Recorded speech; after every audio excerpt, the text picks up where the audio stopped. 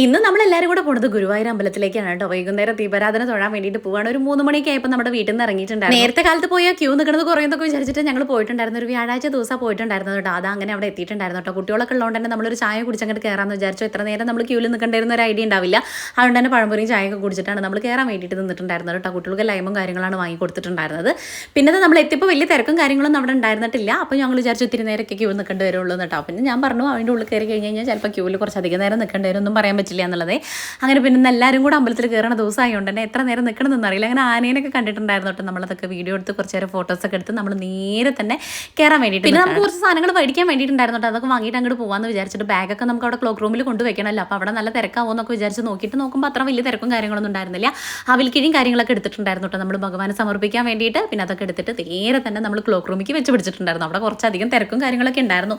എന്നാലും തന്നെ ചടപടേൻ്റെ കാര്യങ്ങളൊക്കെ പെട്ടെന്ന് കഴിഞ്ഞിട്ടുണ്ടായിരുന്നു കേട്ടോ. ഇവിടെ ഒന്നും വലിയ തിരക്കുണ്ടായിരുന്നില്ല. അപ്പോൾ ഞങ്ങൾ വിചാരിച്ചു വേഗം ക്യൂലൊന്നും അധികം നിൽക്കേണ്ടി വരില്ല എന്നുള്ളത്. പക്ഷേ ഞങ്ങളൊരു 4-5 മണിക്കൂർ ക്യൂവിൽ നിന്നിട്ടുണ്ടായിരുന്നു കേട്ടോ. അങ്ങനെ വെച്ച് പിടിച്ചു. അവിടെ സ്റ്റേജിൽ പരിപാടികൾ അങ്ങനെ നടന്നു. നൈറ്റ് ഒരു വൈബാണ് കേട്ടോ. ഏത് അമ്പലം ആയാലും എനിക്ക് ഭയങ്കര ഇഷ്ടമാണ് കേട്ടോ ദീപാരാധന തൊഴാൻ വേണ്ടിയിട്ട്. പ്രത്യേകിച്ച് ഗുരുവായൂർ അമ്പലത്തിൻ്റെ കാര്യം രാവും പകലൊക്കെ ഈ നല്ലൊരിതാണ്. പക്ഷേ വൈകുന്നേരം പ്രത്യേകിച്ചൊരു ഭംഗിയാണ്. അങ്ങനെ നമ്മൾ തൊഴുതിറങ്ങിയിട്ടോ. ഒരു 4-5 മണിക്കൂറിന് ശേഷം ഭഗവാനൊക്കെ നല്ലോണം കണ്ട് തൊഴുതിറങ്ങി. ഇതാ നമ്മൾ തിരിച്ച് വീട്ടിലേക്ക് പോരാൻ വേണ്ടി നിൽക്കുക. അപ്പോഴേക്കും ഒരു കുപ്പി വെള്ളം ബിസ്ക്കറ്റൊക്കെ വാങ്ങി പിള്ളേർക്ക് നല്ലോണം വിശന്നുണ്ടായിരുന്നു കേട്ടോ.